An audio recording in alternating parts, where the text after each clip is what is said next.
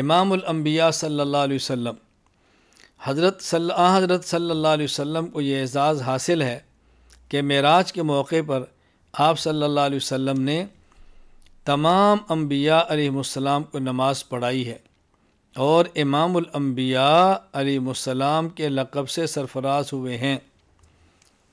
گزشتہ انبیاء میں سے ہر نبی نے اگر نماز پڑھائی ہے تو اپنی امت کو پڑھائی ہے۔ ہمارے پیغمبر پاک صلی اللہ علیہ وسلم نے نماز پڑھائی ہے تو امت کو بھی پڑھائی ہے، نبیوں کو بھی پڑھائی ہے۔ تو جس کے مقتدی صرف امتی ہوں وہ نبی ہے، اور جس کے مقتدی انبیاء بھی ہوں وہ امام الانبیاء ہے۔ تو ہمارے حضرت محمد مصطفیٰ صلی اللہ علیہ وسلم صرف نبی نہیں، امام الانبیاء ہے۔